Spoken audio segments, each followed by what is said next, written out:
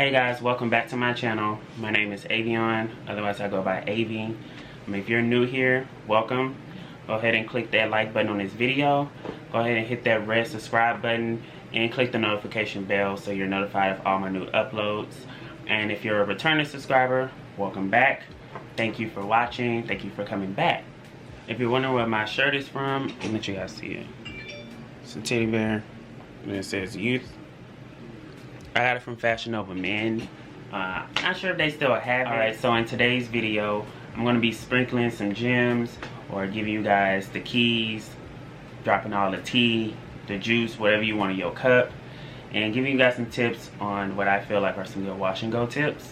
Some of these things I learned along the way, some things I wish I would have known in the beginning, and some things I just learned recently. So this is for anyone that either has trouble with their wash and goes, they want to start a wash and go. So I got about 8 good wash and go tips for y'all today, and I got them written down on my handy dandy notebook, and we're just gonna be checking these things off as we go. Alright, so the first tip on my list is you have to use water. You have to use water. Water is key. Get you a regular spray bottle. I also have the 360 one. So I got both from Sally's, but you can get it at Walmart, Target, wherever you go. Dollar store, doesn't matter. If you're not using water for a wash and go, what you doing? Because water not only helps apply the product to your hair, but water is used for a wash and go. That's what a wash and go is. You have to use water. I'm not talking about using a drip of water. I'm not talking about get it a little damp. I'm talking about you gotta wet that thing. You have to wet it, drench it, soak it, whatever term you want to use. You just have to use a lot of water. Have you ever seen a wash and go done on dry hair with no water? I'll wait. Go find a video. Show me. Tag me. I'll wait. Number 2 tip. You have to properly cleanse and prep your hair before you start the wash and go. So by properly prepping and cleansing your hair, what I mean is you have to wash all the old product out. All that product buildup, whether it's clarifying your hair with the clarifying shampoo, just regularly shampooing it, or if your scalp is not, you know your hair. So if your scalp is not necessarily dirty and you feel like you can just do a co-wash, you can go ahead and do that. But you have to cleanse your hair before starting on it. We're not piling old product on top of new product. We're not doing that. I mean, you can do that if you want, but I'm telling you, it's not going to come out a good wash and go. So before you start the wash and go, make sure you shampoo your hair, condition it, and deep condition. Deep condition is very important. So tip number 3 is develop a good wash and go flow / technique. So whether the technique is you want to rake the product through your hair, you want to finger detangle. I prefer finger detangling, that's just me. Some people use brushes. You can do the shingling method, which is shingling each strand of hair, or you can use the pre-enhanced method, which is smoothing the product into your hair. You want to make sure you develop that technique and follow that flow. And also go in order of, if you want to start off and do leave-in conditioner and then follow it with the cream and then go in with the custard or a gel to finish it off. Whatever method you choose to come up with, make sure you follow and stick to that routine, because that will help train your hair to do what you want it to do, and then it'll get used to it and just know what to do when you're following. And so tip number 4 is trim your ends. I know when people say, oh, you gotta trim your ends, you gotta trim your ends, and everybody goes into a frantic and don't want to trim their ends. Not all bad, I promise you, but trimming your ends is essential and it makes all the difference. You can't be out here trying to rock a good wash and go, a bomb wash and go, and have trash ends. You have trash ends, you're gonna have a trash wash and go.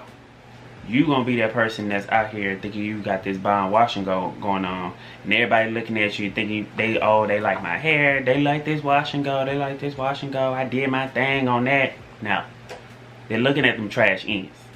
Them ends that's at the bottom that look split, that look frizzy, that look rusty, cut them. Cut them. Once you do a good trim, you're gonna watch your hair flourish. Your hair gonna flourish. Next time you wash your hair and do a wash and go properly, you can be like, thank God I cut them ends. Let them go. You have to let those dead ends, those rubbish ends go.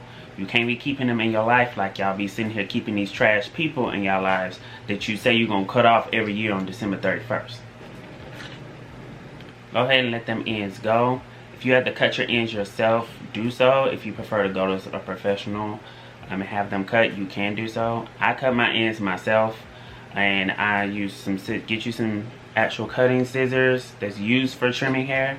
Don't be out here using the school scissors or using little JJ scissors that he takes to school to cut your hair. That's not the correct scissors, friend. Tip number 5. Tip number 5 is know your porosity level. I'm a low porosity, so there's low porosity, normal porosity in the middle, and then there's high porosity. I'm not going to go too much in depth in this video about porosity, but basically low porosity means that it's harder for moisture to get in your hair. So therefore it's key to wash and use warm water when you're applying your products. That way that moisture gets in your hair and is able to lock in that moisture. Knowing your porosity level will help you know what products, it will help you learn what products work for your hair and what products don't. That way you're not using products that just sit on top of your hair and it's not doing anything for you. Tip number 6, moving right along. So tip number 6 is you have to work in sections. If you don't do nothing else, because I know some of y'all hard-headed, some of y'all are hard-headed. If you don't do nothing else, you have to follow this tip. So working in section is like the next key after using water. Even though you got a section before you use water, but it's still a key. So when I mean section, so me, I like to section in 4 big parts, and then I subsection each section into little sections. Don't sit there and take a big section, friend, and slap that thing on there. No, we don't do that. If you're gonna slap the product on that one big section, work it through and at least section that big section. By working in smaller sections, you're able to get the product on each hair strand, make sure each hair strand is moisturized instead of missing spots, and you don't want to miss any of those spots and have dry pieces of hair with no product. Also, when you're applying the product to each of these sections, use water. Don't just use water at the beginning just to spray. No, you need to use water throughout the wash and go. It's a rotation. Say it with me.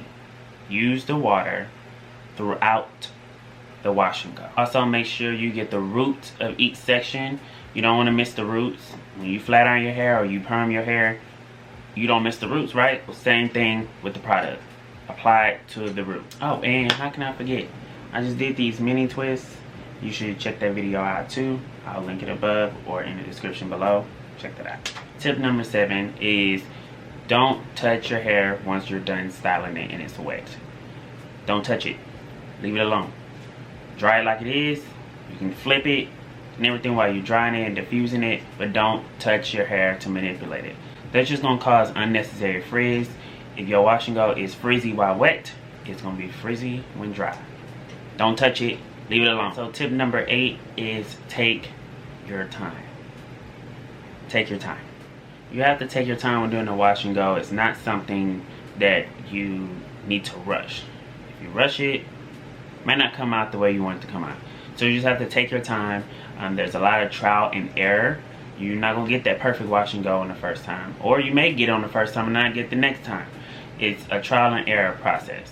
Each time you do a wash and go is different, no matter if it's the same product or if it's different products. Practice makes perfect. Sometimes you're gonna have some fails, sometimes you're gonna have some wins. It's all a learning process. I'm not perfect myself. I'm still learning. I have failed days too. Alright, so I know I said I have 8 tips. I got one last final tip. Really? Call it tip number 9 is invest in you a jumbo bonnet. Now if your hair is much shorter than mine, then the small one will work for you. But the small one don't work for me. Just smush my hair and it's all bad.